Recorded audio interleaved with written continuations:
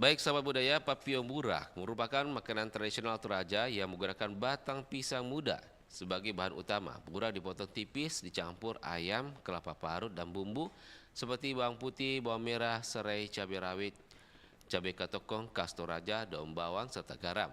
Adonan ini dimasukkan ke dalam bambu dan dibakar hingga matang, menghasilkan aroma khas yang menggugah selera. Tak hanya lezat, batang pisang muda juga kaya manfaat seperti menyehatkan pencernaan, membantu mengatasi anemia dan mengontrol gula darah.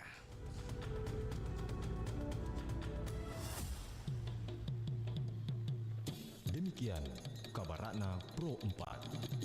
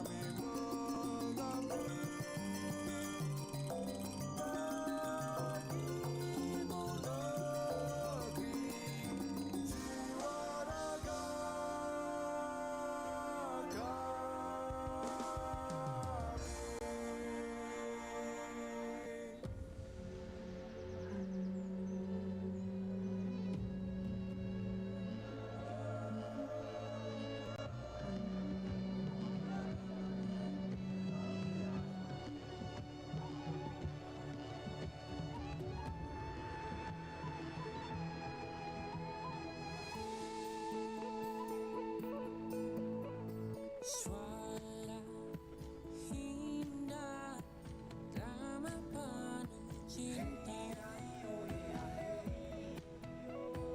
damai jiwa, tulus terasa nyata. Kita kabarkan berita, membuka cakrawala. Semua bertaut udara di gelombang semesta. Kita Indonesia, sesungguhnya langit aspirasi bangsa. Kita Indonesia, sesungguhnya kita hadir bagi dunia. Kita Indonesia.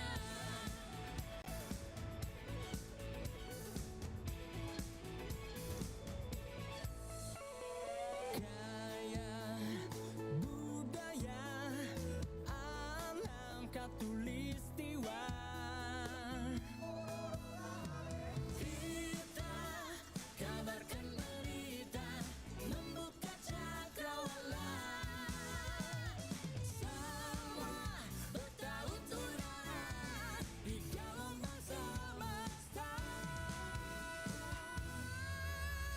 Kita Indonesia, sesungguhnya langit aspirasi bangsa. Kita Indonesia, sesungguhnya kita hadir bagi dunia. Kita Indonesia, sesungguhnya langit aspirasi bangsa. Kita Indonesia, sesungguhnya kita hadir bagi dunia. Kita Indonesia, sesungguhnya langit aspirasi bangsa. Kita Indonesia, sesungguhnya kita hadir bagi dunia. Kita Indonesia, sesungguhnya. Pro 4 FM, Suara Budaya. Sulawesi Selatan.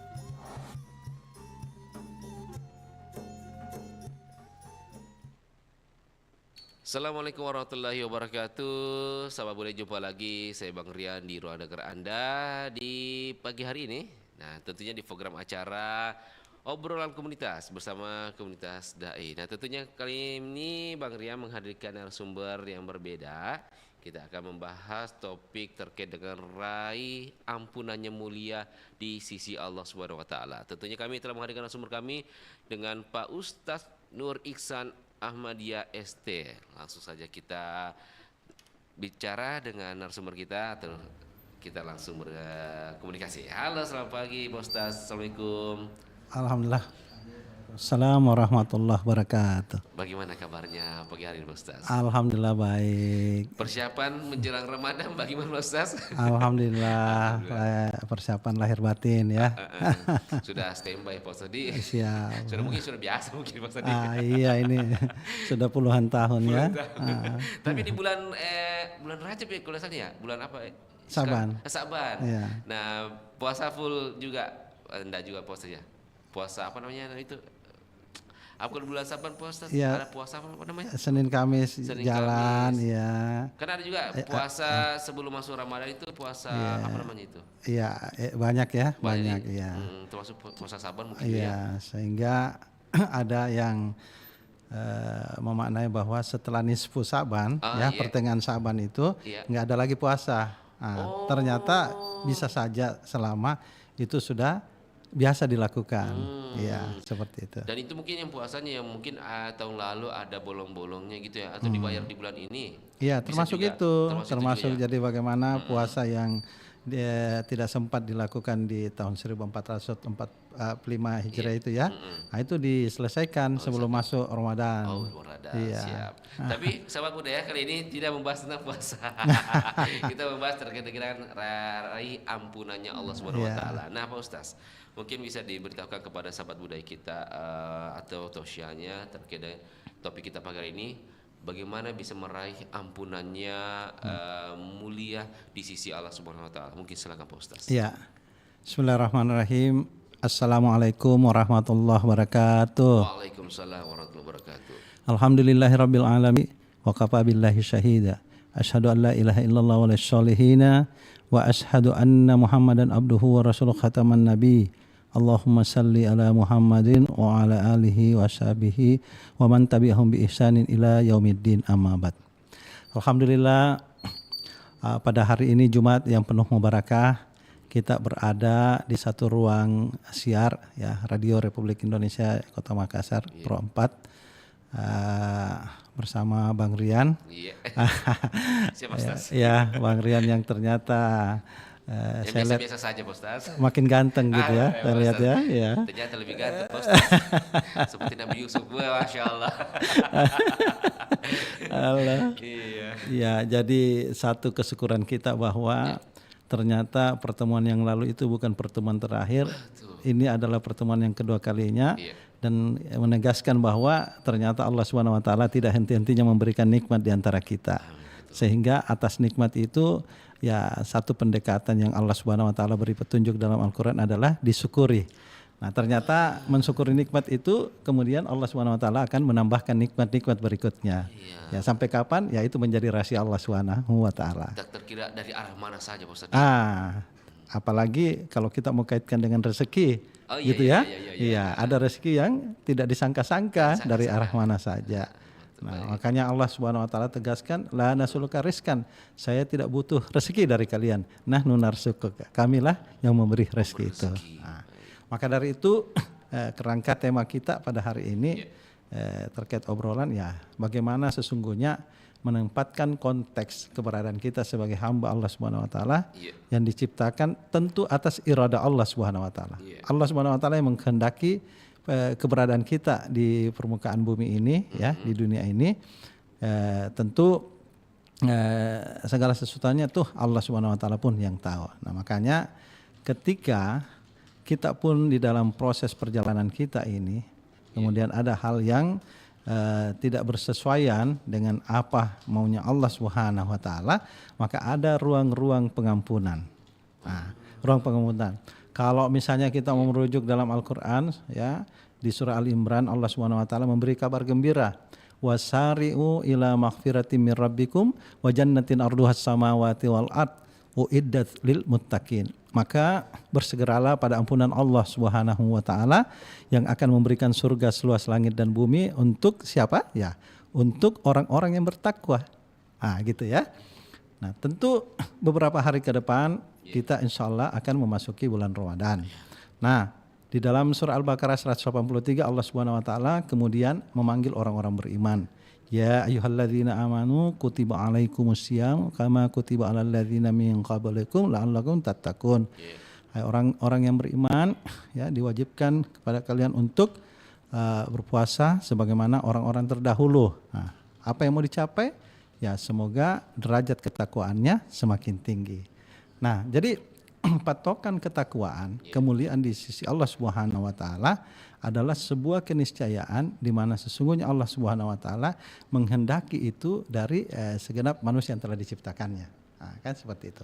Nah, maka dari itu ketika dalam perjalanan manusia yang kemudian dia bagaimana untuk kembali kepada apa maunya Allah Subhanahu wa taala, maka ruang pertobatan itu disiapkan. Alatnya, tempatnya gitu ya.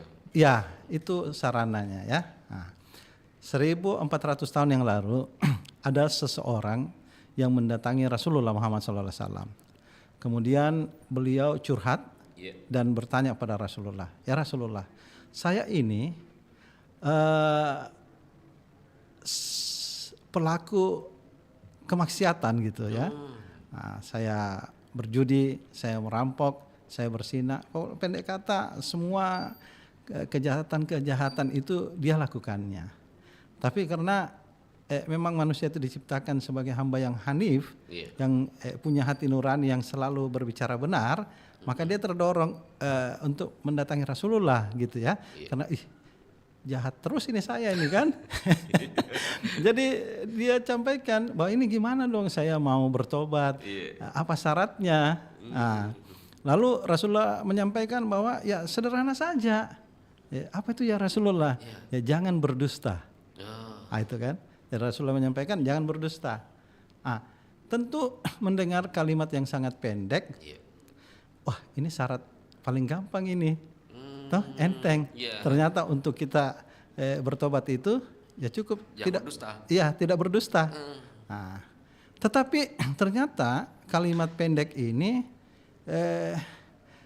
punya apa namanya ya etos ya, punya punya semacam jiwa begitu. Nah, begitu dia pulang terhadap kebiasaan ini antara lain, dia ketemu perempuan yang cantik, molek ya, nah tiba-tiba birahinya muncul, nah gitu. Tapi kata-kata Rasulullah yang disampaikan itu jangan berdusta, itu mengolah pikirannya, logikanya, sehingga kalau saya perkosa ini, terus saya ketemu nanti Rasulullah tidak memperkosa lagi, terus saya bilang tidak, padahal saya memperkosa, berarti saya berdusta. Dan begitu juga ya kebiasaan-kebiasaan jelek yang lain. Maka ini kemudian membangun kesadarannya. Nah, maka dari itu sesungguhnya bagaimana kita dalam menghadapi satu momentum di mana ada orang yang menyampaikan curhatnya ya. Nah, kita tidak perlu semuanya panjang lebar kan seperti itu. Karena pertobatan itu adalah pelaksanaan kata-kata. Maksudnya begitu kita memberikan ini yang sangat singkat, biarlah itu yang dia ingat gitu. Panjang lebar. Ya enggak usah panjang lebar karena semakin panjang itu semakin butuh energi untuk mengingat gitu kan. Makanya tidak sedikit orang kemudian kehilangan kemuliaan, dia kalau bicara didengar, gitu kan? Bahkan tipikal orang Indonesia ini kan paling tidak ada 3 gitu ya. Ada yang kalau dia bicara, kalau dia mau bicara itu dia berpikir dulu. Ada juga yang bicara tidak berpikir, nanti sudah bicara baru dia berpikir. Iya. Terus ada orang yang bicara, kita yang berpikir. Gitu kan? Tipikal ya. Iya, 3. Terus ini orang-orang yang ketika dia berbicara, mungkin dia sudah lupa, tetapi sebenarnya ada konsekuensi dari pembicaraan itu. Bahkan dalam Al-Quran Allah ingatkan, ya ayyuhalladzina amanu, hai orang beriman, lima taquluna ma la taf'alun, mengapa engkau mengatakan sesuatu yang tidak kau kerjakan? Kabura maqtan indallahi an taqulu ma la taf'alun. Allah sangat murka kepada orang-orang yang mengatakan sesuatu dan dia tidak kerjakan, tidak lakukan. Nah, jadi kembali lagi bahwa kemuliaan itu tidak pada bagaimana dia bisa bicara banyak hal, tapi kemudian pembicaraannya itu tidak memiliki jiwa, tidak memiliki etos. Nah, sehingga suatu ketika ada di ruang-ruang tertentu dia mengambil keputusan yang sesungguhnya salah. Salah dalam artian apa?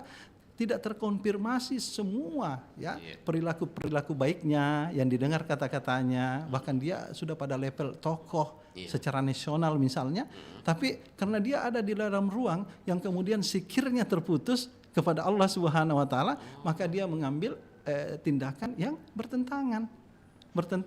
Nah, maka adalah KPK menyeretnya, dikasih pakai baju orange lah, diproses pengadilan dan diponis sekian tahun.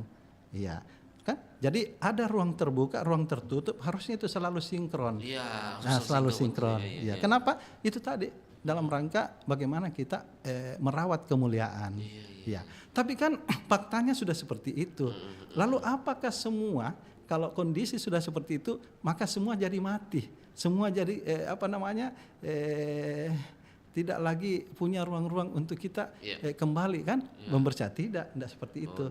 Nah, makanya Rasulullah Muhammad SAW mengajarkan itu seperti yang terjadi di seorang laki-laki itu. Nah, terbangunlah kesadaran rohaninya, kembali dia menjadi fitrah. Kenapa? Karena terolah secara logik bahwa oh iya, kita memang suatu ketika berbuat salah, tapi kemudian ada pengampunan. Nah, apalagi kalau kita bicara Ramadan, Rasulullah Muhammad SAW menjamin man shoma ramadanan imanan ihtisaban ghufira lahu ma taqaddama min dzambi, bahwa siapa yang berpuasa pada bulan Ramadan sungguh-sungguh karena iman kepada Allah Subhanahu wa taala, maka ya dosa-dosa masa lalunya akan diampuni. Nah, coba kan. Nah, jadi ya marilah kita memanfaatkan Ramadan itu ya ke depan. Nah, lalu oleh Allah Subhanahu wa taala juga tegaskan dalam Al-Qur'an bahwa manusia yang telah diciptakan permukaan bumi ini lebih kurang 8 miliar manusia. Kemudian yang dimuliakan di sisinya adalah mereka yang senantiasa merawat nikmat iman al-Islamnya. Kemudian dia bisa tingkatkan menjadi mewarnai kehidupannya sebagai hamba Allah Subhanahu wa taala yang muttaqin, ya, yang selalu bertakwa. Nah, apa yang terjadi? Allah tegaskan inna akramakum indallahi atqakum. Allah Subhanahu wa taala memandang sama manusia yang telah diciptakan permukaan bumi 8 miliar manusia lebih kurang, kemudian dimuliakan di sisinya adalah mereka yang senantiasa bertakwa. Ya, jadi bagaimana ruang-ruang pengampunan itu yang sesungguhnya kan Allah Subhanahu wa taala sangat menghendaki agar manusia itu tetap mulia. Gitu. Bahkan Allah tegaskan pun dalam Al-Qur'an laqad khalaqnal insana fi ahsani taqwim, bahwa manusia itu diciptakan dalam sebaik-baik bentuk. Kan seperti itu. Ya, saya ini pernah belajar ya di Unhas. Ketika ada kesempatan saya membawa itu adik-adik ke rumah potong hewan Cakung Jakarta. Ya kan saya bawa. Kemudian saya melihat itu sapi-sapi besar ya. Ya, bukan juga limosin tapi dia besar gitu. Tidak seperti sapi Bali. Nah, itu berjejer tuh sapi. Kan? Nah, sambil makan. Tapi ini deretan-deretan sapi sudah ada yang digantung. Sudah ada yang disembelih, digantung. Tapi ini tetap makan gitu. Kan? Kenapa dia tidak mengatakan, dikasih begitu Kak juga nanti lari deh. Nah, kan? Dia tidak lari. Kenapa? Karena memang otak atau pikirannya nggak ada. Maka mulialah manusia itu yang diciptakan sebaik-baik bentuk. Bahkan manusia dalam posisi salah saja masih membela dirinya untuk dia dikatakan benar. Iya kan? Iya kan? Jadi padahal ukuran kebenaran itu al-haqqu mir rabbikum, kebenaran itu dari Tuhanmu. Gitu. Bukan dari sendiri menilai. Iya, karena bisa kita menganggap diri kita benar, ternyata kita sebenarnya mendolimi orang gitu. Kita tidak berbuat adil, padahal innallaha sesungguhnya Allah Subhanahu wa taala Muruna bil adil wal ihsan, memerintahkan kita untuk berbuat adil dan berbuat baik. Nah, begitu. Ya, alhamdulillah ada RRI Pro 4 ini juga yang bisa mengakselerasi dari ruang-ruang pertobatan kepada ruang kemuliaan. Iya kan? Begitu. Dari Nah, Pak Ustaz, tapi untuk meraih kemuliaannya Allah di sisi Allah sendiri begitu sulit kah atau mudah sebenarnya? Kalau kita merujuk pada frame Al-Qur'an. Frame-nya. Jadi ada itu sebenarnya gini lah. Apa sebenarnya pemicu dari terjadinya orang-orang itu, maksud saya terjebak ya dengan kesalahan-kesalahan hidup itu karena dia keluar dari konteks kehidupan itu sendiri. Keluar jalur cerita Ya, taruhlah di zaman Nabi Musa alaihissalam ada seorang yang bernama Fir'aun. Laknatullah alaih. Dilaknat oleh Allah. Kenapa? Karena pernah mendeklarasikan dirinya, ana rabbukumul a'la, saya adalah Tuhan kalian yang paling tinggi. Coba kan? Saya adalah Tuhan kalian yang paling tinggi. Nah, setelah zamannya itu diutus Nabi Musa alaihissalam, kemudian Allah Subhanahu wa taala memerintahkan Nabi Musa agar mendatangi itu Fir'aun. Tentu disuruh beriman ya, disuruh taat kepada Allah, tapi malah dia katakan saya adalah Tuhanmu yang paling tinggi. Coba, padahal dia manusia, juga ciptaan Allah Subhanahu wa taala. Jadi dia keluar dari konteks. Di suatu kejadian ketika sudah memuncak kebenciannya terhadap Musa alaihissalam. Padahal ini Musa kan dipelihara dari kecil itu ya, diambil dari Nil kan, dirawat, tapi akhirnya dia kan dianggap sebagai musuh oleh Fir'aun karena dia tidak mau ikuti aturan-aturan Fir'aun itu sendiri. Nah, suatu ketika akhirnya Fir'aun itu dikejar ya.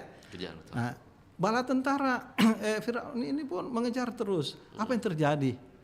Ternyata Musa ini dia berlari ke laut, tepi laut itu. Nah, tidak ada satu teori perang yang kemudian orang pergi ke pinggir laut, tidak ada. Tidak ada. Itu sama dengan bunuh diri. Iya. Tapi karena kita bicara konteks, Musa alaihissalam ini adalah manusia pilihan Allah, maka dibimbing. Walaupun Musa alaihissalam tidak tahu kenapa ini saya diarahkan ke laut. Lalu energi apa yang mendorong Musa alaihissalam ke laut itu? Tidak lain karena dia beriman. Jadi sami'na wa ta'na. Dia dengar apa maunya Allah. Saya lari saja. Nanti di situ bahwa Musa pukulkan dong tongkatmu. Begitu dihentakkan tongkatnya terbelahlah laut itu. Kan begitu. Nah, gitu. Jadi akhirnya terjebak Firaun, baru dia katakan saya beriman kepada Tuhannya Nabi Musa. Tapi semua sudah terlambat. Kita yang beberapa hari ke depan ini mau Ramadan, insya Allah kita tidak terlambat gitu. Kita tidak paling tidak spiritnya begini. Ketika di zaman Rasulullah Muhammad SAW, beliau itu mau menyampaikan dakwah ke kota Taif. Apa yang terjadi? Beliau di sana tidak disambut secara baik, malah diusir, dilempari untuk meyakinkan bahwa dia sudah tidak ada di kota Taif. 2 kilometer itu masih dilempar terus beliau. Nah, hari ini termasuk di masjid RRI ini begitu banyaknya manusia yang datang untuk mendirikan sholat, kan? Yang dimana sesungguhnya Rasulullah itu mendapatkan perintah itu di peristiwa Isra Mi'raj, kan seperti itu ya. Nah, yang kita mau katakan, kita berjarak 1400 tahun dengan Rasulullah, tapi apa yang terjadi? Kita tidak pernah berjumpa dengan Rasulullah Muhammad SAW. Apa yang terjadi? Kita tetap yakin dengan risalahnya. Nah, ini di Taif yang baru berapa dan langsung Rasulullah orang mulia ini diusir. Ya, jadi kita beberapa hari ke depan ada bulan Ramadan yang menanti kita. Semoga Allah Subhanahu Wa Taala balik sampaikan kita kepada Ramadan itu. Dan kita bisa beribadah dalamnya, pahala dilipat gandakan, mulia dan seterusnya. Nah, artinya apa? Yaitu tadi pesan Rasulullah bahwa yang berpuasa karena iman, maka dosa-dosa masa lalunya akan diampuni. Nah, satu momentum yang sebenarnya kita ingin capai, walal Iya. akhiratu khairul laka minal ula. Akhir itu lebih baik daripada yang awal. Nah, kita bisa artinya berpotensi untuk mendapatkan momentum husnul khotimah. Iya, iya. Kan akhir yang baik. Iya. Nah, gitu. Nah, misalnya kalau ada umat atau mungkin manusia atau masyarakat yang mengabaikan atau cuek terhadap kemuliaannya Allah, kira-kira apa ganjaran yang didapatkannya ketika dia ngapain mencari kemuliaan Allah Subhanahu wa taala ini? Itu kira-kira bagaimana itu Pak Ustaz? Ya, tentu pertama, Efek-efek negatifnya. ya, pertama tentu dia melawan sunnatullah. Kan seperti itu. Iya.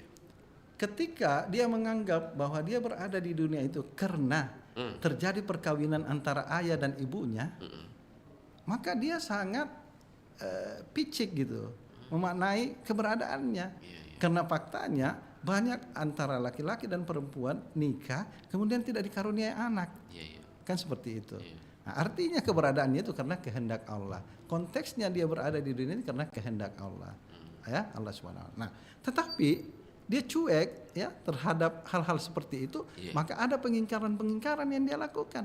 Nah, apa itu? Misalnya, Iya. kalau Allah SWT sudah di surat Toha 14 berfirman, Innani anallah, sesungguhnya aku adalah Allah Subhanahu wa taala. Kan? La ilaha illallah, tiada Tuhan kecuali aku. Ana fa'budni, maka sembahlah aku, aqimiz salata li dzikri, dirikan salat untuk mengingatku. Iya. Ah, lalu oleh Allah Subhanahu wa taala di surah Al-Insyirah berfirman, Iya. fa inna ma'al usri yusran, inna ma'al usri yusra. Bersama kesulitan ada kemudahan. Iya. Nah, kenapa kemudian banyak orang yang terjebak dengan persoalan-persoalan keduniaan ini, Iya. termasuk sikap cuek itu, karena dia tidak memahami secara sempurna bahwa Iya. kesulitan yang dia hadapi itu sesungguhnya sedang dibersamai oleh kemudahan. Iya. Tapi karena dia tidak menjadikan wasta'inu bis-sabri was-shalah, dia tidak jadikan sabar dan sholat itu sebagai penolongnya, Iya. maka dia bablas terhadap kesulitan itu. Iya. Iya, dia sudah menganggap inilah keadaannya, Iya. gitu. Bahkan dengan kesulitan itu dia pelihara suasana kehidupannya di dalam kesulitan itu. Mohon maaf ya, dalam kenyataan Iya. ada seorang ibu yang kemudian mengarahkan anak gadisnya agar melacur. Kenapa? Karena dia lihat itu sebagai jalan untuk mendapatkan kehidupan ekonomi. Iya, iya. Gitu. Padahal itu kan dibenci sekali oleh Allah. Seperti itu. Jangankan manusia yang diciptakan dalam sebaik-baik bentuk, Iya. burung Iya. yang pagi hari Mencari. ya kosong perutnya, Iya, iya. keluar berterbangan, di sore hari temboloknya itu penuh. Iya. Ya, betapa dijaminnya itu rezeki oleh Allah Subhanahu wa taala. Apalagi manusia yang dimuliakan. Iya, iya, buat yang Iya kan? sempurna pemikirannya. Iya. Jadi harus kita Iya. meyakini bahwa ada kemudahan yang menyertai kesulitan itu. Iya. Iya kan? Betul, betul. Ada kemudahan. Dibawa ke langit kita tidak sendiri. Iya. Ya, bahkan di rumah suatu ketika ya maaf, ya di Ikatan Dai Muda ini. Iya. Jadi ketua umumnya ya Ustadz Irham itu minta ada ndak teman-teman asatis nih Iya. yang masih punya jadwal yang kosong gitu ya. Iya, iya, iya, Ada ini masjid di Tamalan Rea. Nah, Iya. ternyata itu juga masjid pemukiman itu kusta ya. Pengidap penyakit kusta Iya, iya, Bekasi iya. ya. Ya saya termasuk salah satu di antara banyak teman-teman yang mengatakan ya siap. Nah, dijadwal lah. Tapi apa dikatakan? Maaf ya, ini tidak ada transpornya. Iya. Ya datang aja kita.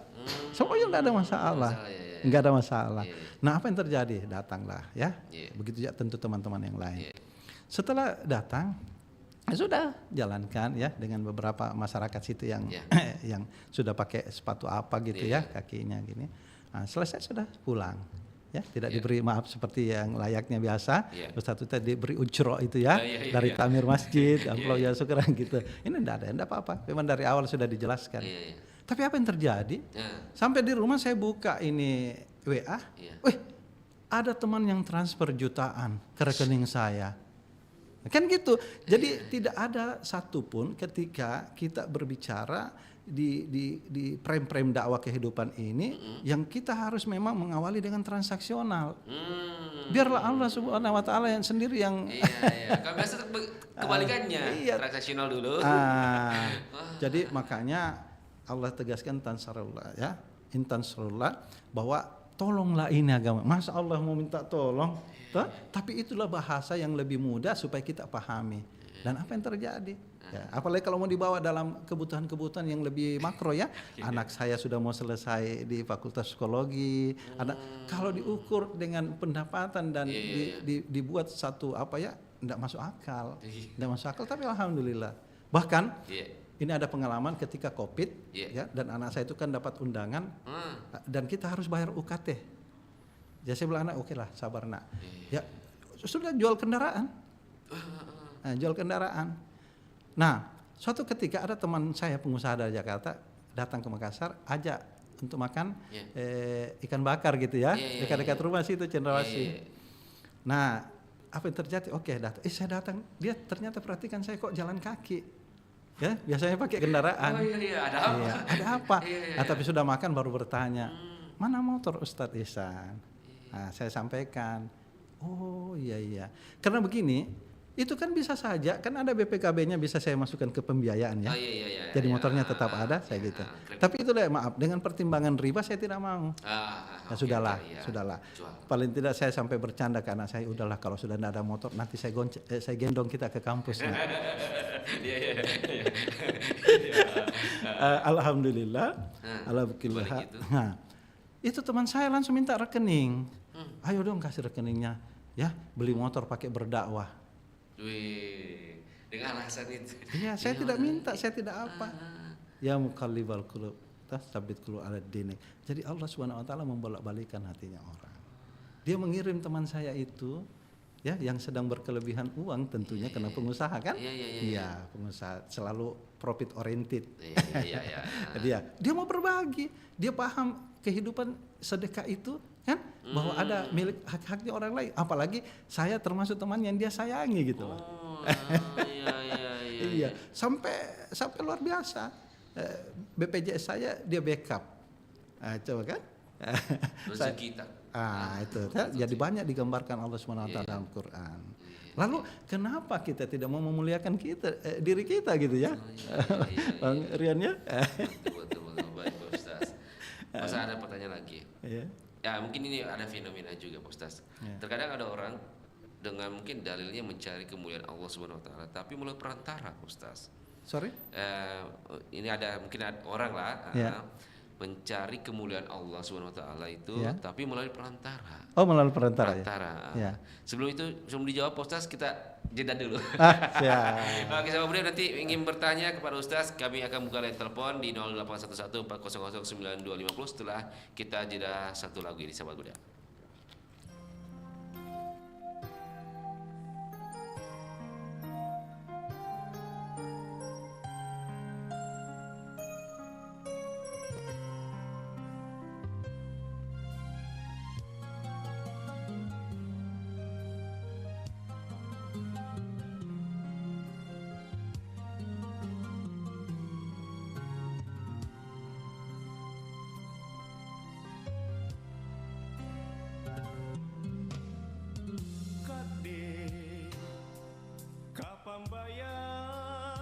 bayaran bati tangai rinake silino ajari doe sayang talagan nak rekiana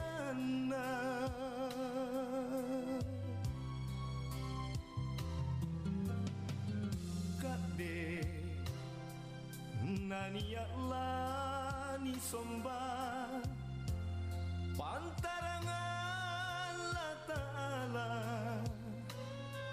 ikate katemi antu androm tu Allah sukanku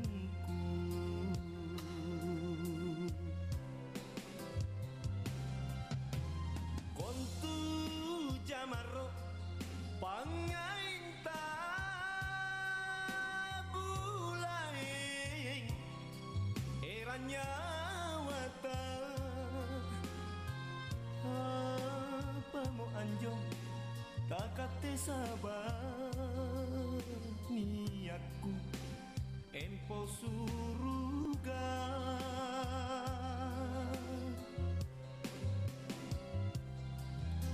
oh andongku oh manggeku doangan tak pangmoporota ini asalan sabar lata cilaka sabar dosaku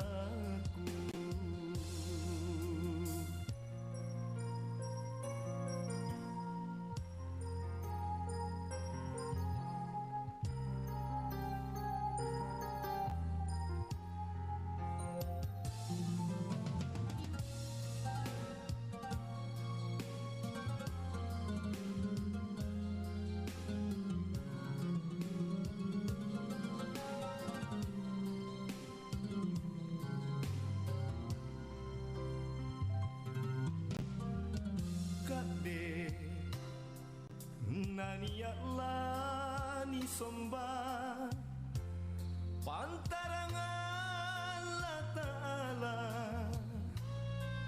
ikate kate mi antu androng androng tu Allah sukanku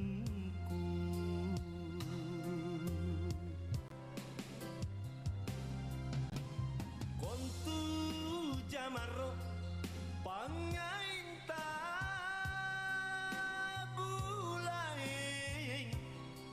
eranya wata apa mau anjong takate sabar niatku empo suruga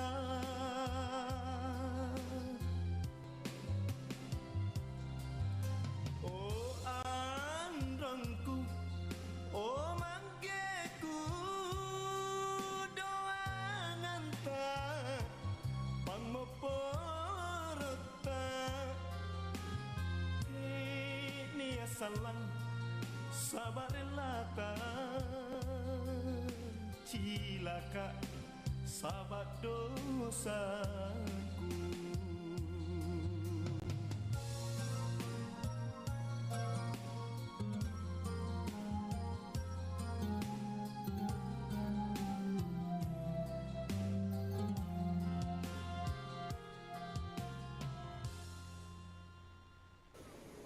Naila seneng banget hari ini bisa jalan sama papa. Papa juga pasti seneng. Iya kan, Pak?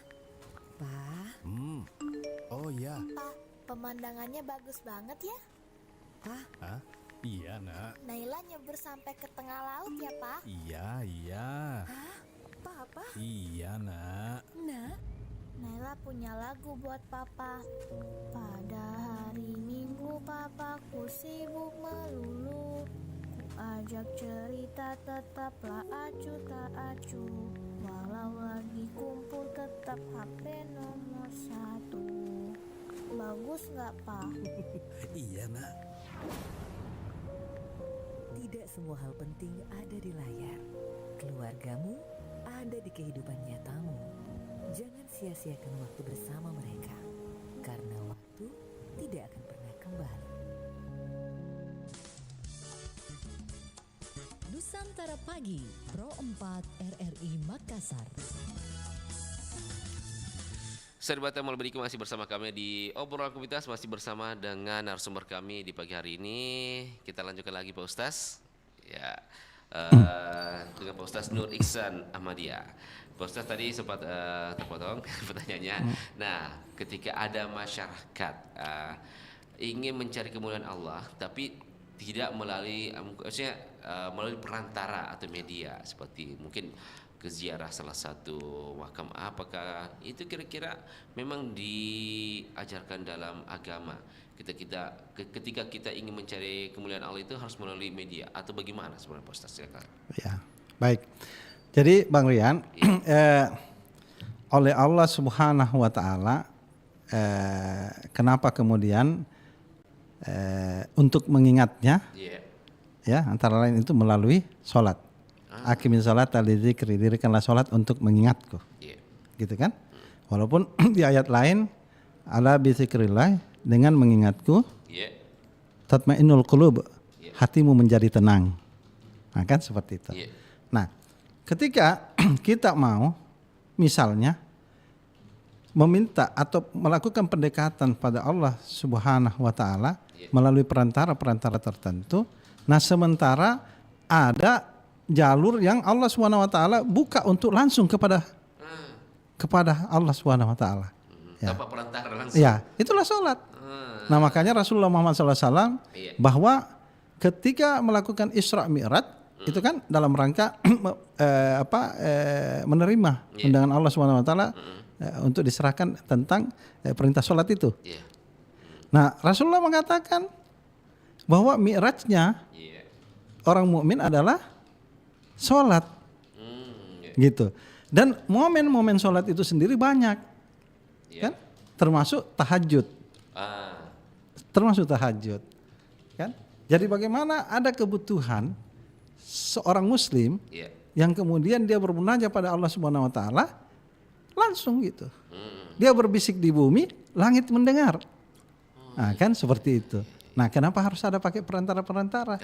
Ya, bahwa seorang ulama karismatik ya yang karena kehidupan di masa hidupnya sangat baik ya, dia ya pokoknya selalu melakukan pencerahan ya, tidak pernah punya apa ya.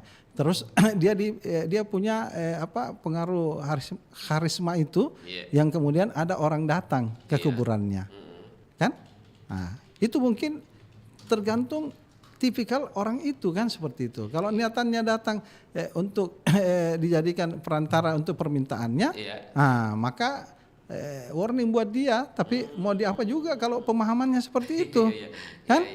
Pemahamannya, ya maksudnya dia tetap sholat, tetapi dia lakukan itu juga, misalnya. Sementara sholatnya itu sendiri sudah menjadi sarana untuk langsung kepada Allah Subhanahu Wa Taala. Ya, misalnya kita mau kaitkan dengan apa? Mungkin kayak semacam kuburan gitu ya. Sorry? Kuburan. Ya, maksudnya apa tujuannya? Tujuannya itu minta pengampunan, mencari kemuliaan. Ya, oke. Nah, kalau sekiranya tujuannya dalam rangka itu meminta pengampunan, ya itu tadi kan ada kaifiat yang sudah tata cara itu yang sudah diajarkan oleh Rasulullah Muhammad SAW. Bahkan ada salat pertobatan lah dan seterusnya. Tapi menjadikan perantaran seperti itu ya memang ya mohon maaf mungkin ada juga yang mengkondisikan situasi seperti itu misalnya kan supaya ya dia bisa mendapatkan kan dia bisa mendapatkan sesuatu yang menjadi keinginannya misalnya ya bisa saja. Tapi kalau kita konteksnya bahwa bagaimana ini Allah memberikan terkait misalnya pengampunan itu, kemudian bagaimana dia bisa dimuliakan, ya kita langsung saja. Kalau misalnya kita mau kaitkan dengan rezeki, ini manusia belum lahir ada mie ikan di laut, kan? Misalnya sudah ada padi di sawah, sudah disediakan. Iya, belum lahir. Coba kan? Jadi tidak ada soal Allah cuma mau syukuri nikmatnya. La in sakartum la azidannakum. Jika kau mensyukuri nikmatku maka akan kutambahkan. Kan seperti itu rumusnya Allah. Belum lagi yang tidak disangka-sangka dan sebagainya. Nah, maka dari itu kenapa Allah Subhanahu wa taala memberi petunjuk fa idza qudiyatis sholatu fantasiru fil ard. Setelah kita mendirikan sholat maka bertebaranlah kita ke permukaan bumi. Dalam rangka apa? Membangun silaturahim. Dalam berbagai konteks gitu ternyata kita berinteraksi ada orang yang sedang mau membangun rumah ya kebenaran kita saja ini misalnya maaf ya kita tukang batu atau tukang kayu oh ternyata kita dibutuhkan, gitu. Tapi kan kita bersilaturahim ini setelah kita sudah sholat, gitu loh. Toh Allah Subhanahu Wa Taala, oh ini tadi sholat di surah Asy-Syu'ara itu ya, itu Allah Subhanahu Wa Taala lihat kita berdiri, dia lihat kita takbir, dia lihat pergantian ruku kita, gerakan kita, dia lihat. Nah setelah itu ya, sudah selesai kita keluar dari masjid misalnya, Allah tahu itu, Allah akan gerakkan kita kepada siapa. Gitu tuh, oh saya misalnya tukang batu, dia gerakan, oh ya Allah lamanya bisa cari, kenapa? Ya saya mau bangun rumah, oh ya bisa, kan dapat. Nah seperti itu, apalagi yang lain. Arah yang gerakkan semua. Iya, apalagi kalau dia misalnya seorang dokter ahli apa, ada dia sudah terkenal, malah seandainya pun dia baru ahli, ya dia tulis di situ ahli ini gitu kan, ada orang lewat. Oh ini dokter kan begitu. Ya, kenapa orang lewat di situ? Karena dokternya soleh, kan? Sudah sholat lah, sudah ini orang lewat. Oh di sini. Nah, siapa yang suruh arahkan ke sana? Kan begitu. Kan karena Allah Subhanahu Wa Taala yang gerakkan semua. Nah, sesuai dengan topik kita juga Pak Ustaz, adakah ada momen-momen tertentu untuk pengampunan itu bisa dilakukan, atau mungkin di waktu-waktu tertentu kita melakukan pengampunan yang mulia itu ada waktu-waktu tertentu atau sama semua waktu? Sesungguhnya sama semua ya, sama semua. Tapi ketika kita mau menghadirkan kehusuan itu ya, ya itu ya ada di malam hari itu ya. Antara lain kita sholat tahajud itu contohnya ya. Nah, kemudian berlinang air mata lah, apalah kan. Kan ibaratnya itu sholat tahajud ada waktu yang mulia. Pengampunan sendiri ada tidak waktu untuk mulia itu sendiri? Kalau pengampunannya ya itu kan tergantung pada Allah Subhanahu Wa Taala kan, hak prerogatifnya gitu loh. Tapi ya petunjuk-petunjuk itu sendiri bahwa Allah Subhanahu Wa Taala memberikan ruang-ruang pengampunan itu, gitu kan. Bahkan ditegaskan akan diberikan surga seluas langit dan bumi.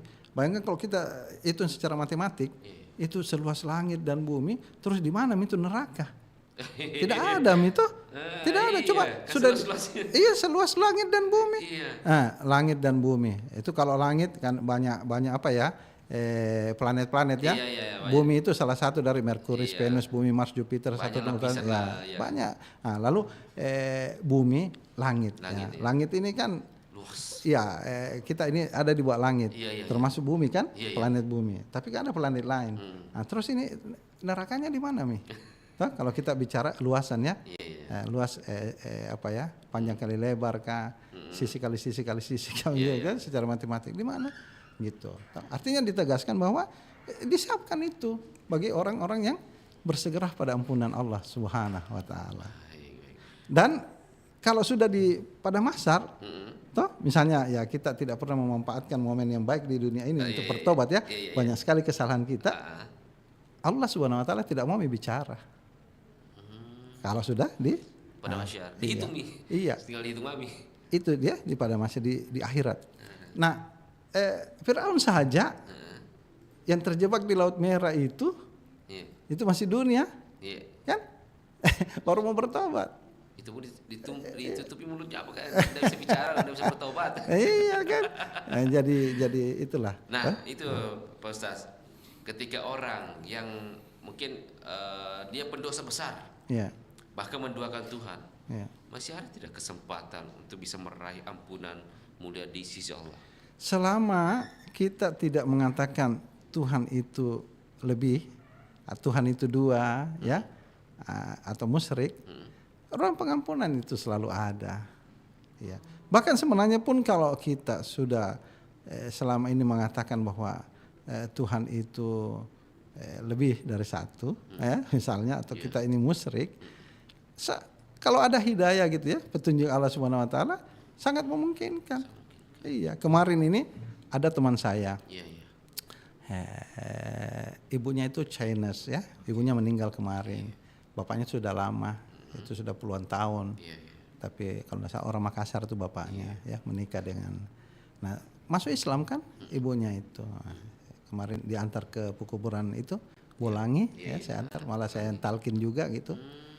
Nah terus tadi malam taziah. Nah coba kalau dipikirkan almarhumah ini kan ya dari artinya non Islam yang tentu dalam perspektif keyakinannya itu dia tidak monoteisme, artinya satu Tuhan, bukan kan? Nah, dia ini. Tapi kenyataan hidupnya, alhamdulillah, toh dia seorang muslimah di saat meninggal. Iya, jadi selalu ada itu, selalu ada. Detik-detik terakhir gitu. Iya kan, nah, begitu. Jadi selalu ada. Nah, karena sesungguhnya memang Allah Subhanahu Wa Taala itu kejadiannya itu kan ketika Nabi Adam alaihissalam, kan, yang sudah diciptakan di surga, sudah itu dikasih ini ini namanya. Padahal Adam alaihissalam itu keberadaannya diprotes kan oleh setan kan? Setan, iya diprotes karena kedudukannya lebih jauh lebih tinggi. Iya, makanya protesnya setan itu karena sesungguhnya kesombongan. Jadi dosa pertama dosa pertama itu adalah kesombongan. Itu dosa pertama. Iya. Nah, dosa pertama itu kesombongan. Itulah yang dicetuskan oleh setan.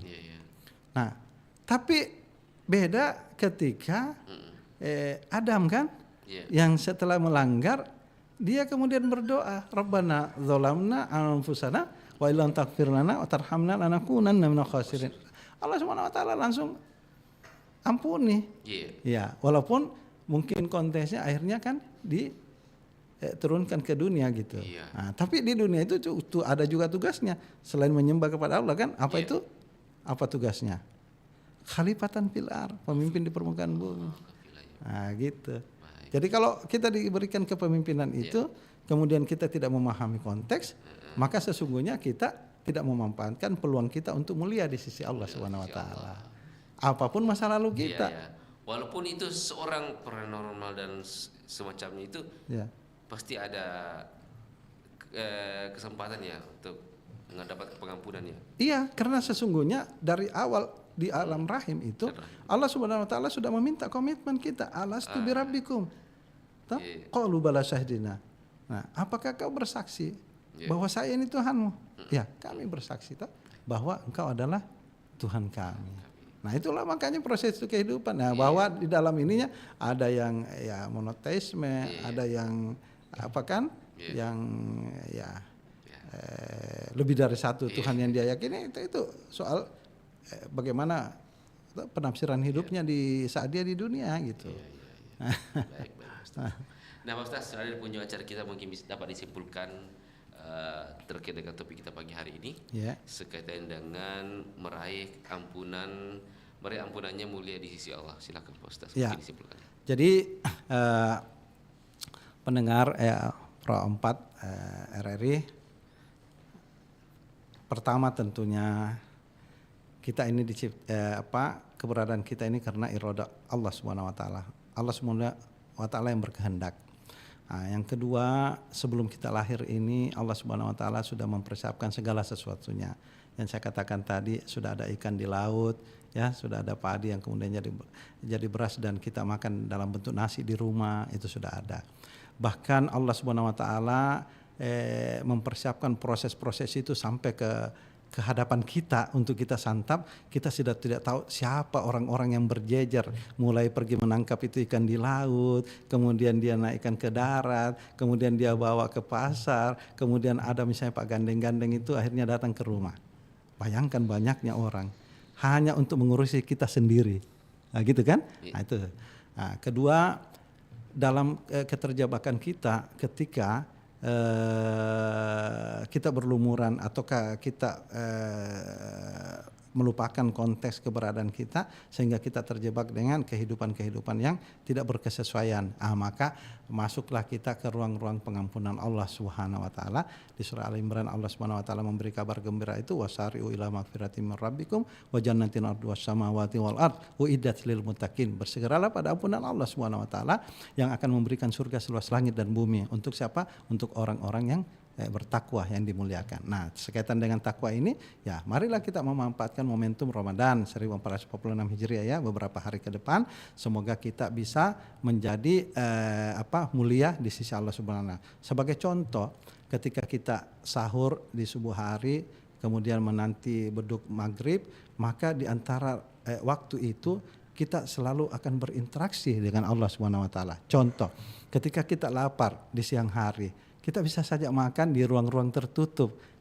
Manusia tidak lihat kita, tapi Allah lihat kita gitulah. Nah, maka terjadilah proses untuk kita teguh terhadap pendirian kita agar senantiasa mulia sebagai hamba yang muttaqin. Nah, jadi mari kita menyambut Ramadan nanti, marhaban ya Ramadan kan, selamat datang. Ya, kita penuh dengan kegembiraan dan semoga itu semua akan menambah kualitas kemuliaan kita di sisi Allah Subhanahu wa taala. Ya, tentunya untuk mendapatkan pengampunan. Itu. Yang punya dosa banyak Iya. mau menyemi. Iya, momennya itu di Ramadan, ya, bulan pengampunan. Bulan pengampunan. Jangan buat dosa lagi. Jangan berusaha lagi. Jadi bau siap-siap Pak Ustaz. Iya.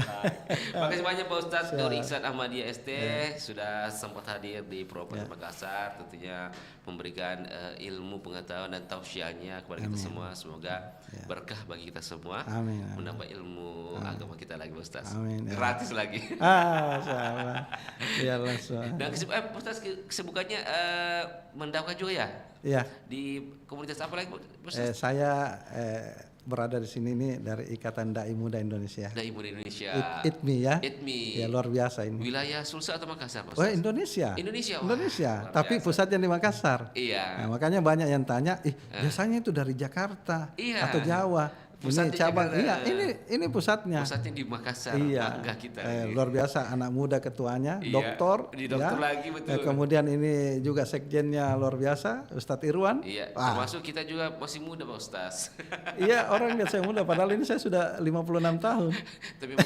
tapi kenyataannya memang masih muda, mungkin harus murah senyum. Nah, itulah mungkin obatnya Pak Ustaz. Mungkin karena saya berinteraksi dengan anak-anak santri ya, tiap Iya, hari kan mudah-mudahan ngajar semua, ngaji ya. Siap. Oke Pak Ustaz, makasih banyak atas waktunya. Semoga lain waktu kita akan jumpa lagi Pak Ustaz dengan topik-topik yang menarik yang berbeda. Tentunya masyarakat sahabat budaya kangen mungkin dengan tausiah-tausiah Pak Ustaz. Amin. Baik, saya Bang Rian bersama Pak Ustaz Nur Ihsan Ahmadiyah ST dari Ikatan Dai Muda Indonesia undur diri dari ruang dengar Anda, Surabaya Sulawesi Selatan. Assalamualaikum warahmatullahi wabarakatuh. Waalaikumsalam warahmatullahi wabarakatuh.